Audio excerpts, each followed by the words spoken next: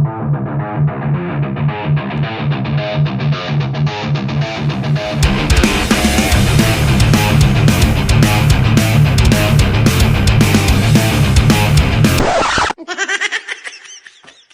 nag-post ka lang ng medyo magandang sasakyan, mayabang ka na?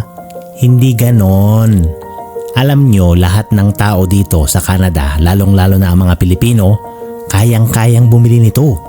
Maiintindihan nyo yan pag nandito na kayo sa Canada or pag nakarating na kayo dito. Basta maganda ang record mo, nakakapagbayad ka on time, pauutangin ka ng bangko.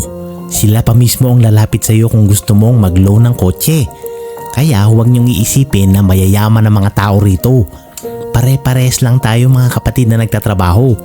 Ang pagkakaiba nga lang, mas malaki ang value ng pera dito pag pinapalit sa Pilipinas. Yun lang yun.